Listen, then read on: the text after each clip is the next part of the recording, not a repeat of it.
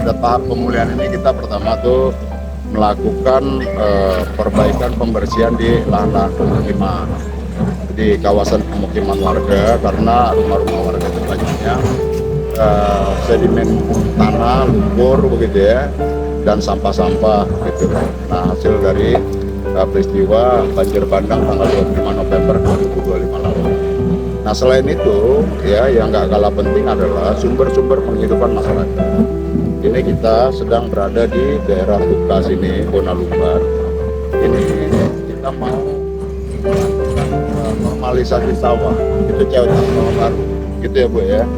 Sama ibu dari kementerian, Ibu Giting, direktur di Kementerian Pertanian, ya, kita mau cetak sawah.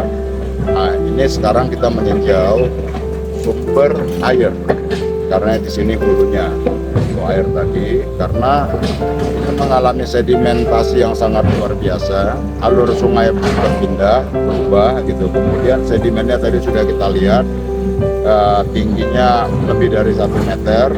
Dan sekarang ini alat-alat berat sedang bekerja untuk melakukan pembukaan alur air untuk bisa dialiri ke sumber-sumber primer jaringan irigasi. Dan kemudian selain pertanian tadi, kita juga melakukan di Dinas Timur serta Balai Sungai itu melakukan normalisasi sungai dari sedimen tanah dan juga dari gelondongan kayu-kayu besar.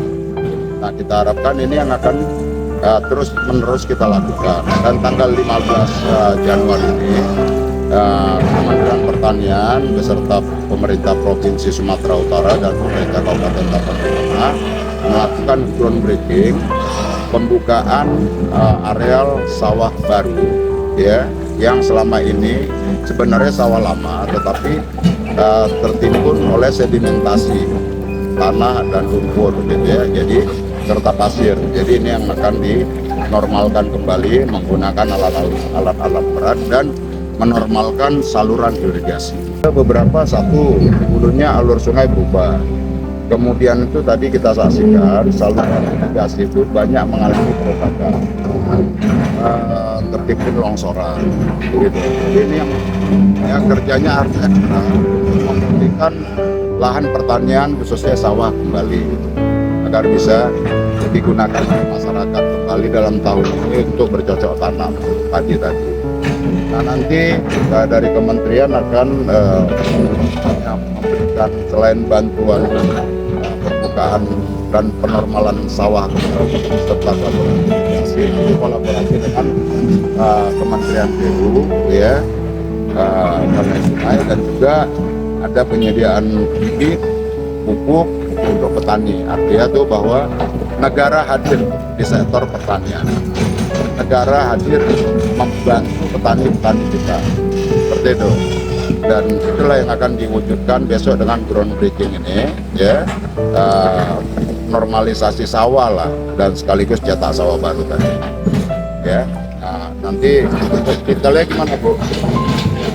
Ya, ini masih terus berproses. Nanti Pak Kadis bisa jelaskan secara detail. Pada prinsipnya kita berharap seluruh lokasi sawah yang terdampak bisa kita segera atasi dan kemudian direhabilitasi sehingga penanganan pasca bencana ini bisa menjadi prioritas kita lakukan, khususnya pada lahan sawah-sawah yang terdampak. Pada posisi saat ini kita mengambil lokasi di Kabupaten Tapanuli Tengah sebagai titik awal groundbreaking untuk penanganan pasca bencana di seluruh 7 kabupaten yang ada di Sumatera Utara. Kita harapkan dengan adanya kegiatan ini dan juga program ini, maka juga kami mengapresiasi Pak Bupati komitmen dari pemerintah daerah, Pak Bupati beserta jajarannya, sehingga harapan kita ini pasti bisa segera kita lalui, kita atasi dengan baik, karena kita semua bergandengan tangan mewujudkan dan menuntaskan pekerjaan kita sehingga sawahnya kembali bisa sehingga kita juga sama-sama belajar di lapangan. Tapi apapun kita lakukan, karena faktanya sawah itu harus kita rehabilitasi.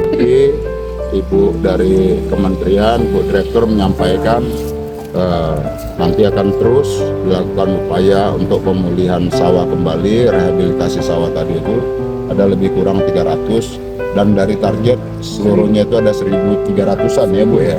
Dan ini yang akan kita lakukan terus-menerus, bahwa pertanian ini adalah harus kita prioritaskan karena ini adalah bagian dari masa depan Tapanuli Tengah, sektor pertanian ini. Maka kita akan fokus pada pengembangan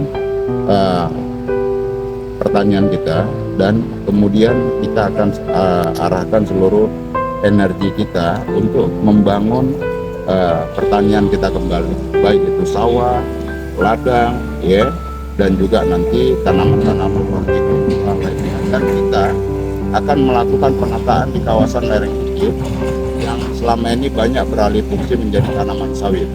Dan itu nanti kita akan mintakan masyarakat agar pertama satu sukarela agar diganti tanaman-tanaman sawit yang berada di lereng-lereng bukit atau di kawasan perbukitan. Yang kedua, ya, kita akan gantikan dengan jenis tanaman-tanaman produktif, tanaman-tanaman yang memiliki nilai ekonomis seperti durian, aren, dan lain sebagainya, agar fungsi-fungsi perbukitan kita itu kembali pulih, kembali seperti awal Tapanuli Tengah ini, ya, didesain, diwariskan oleh leluhur kita, ya, tanah yang memberikan sumber-sumber penghidupan bagi masyarakat yang menghuni di Tapanuli.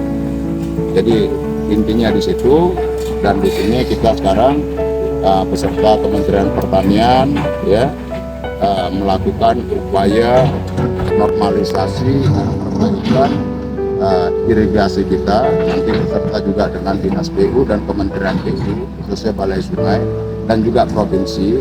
Kita berkolaborasi gotong royong untuk membantu petani kita.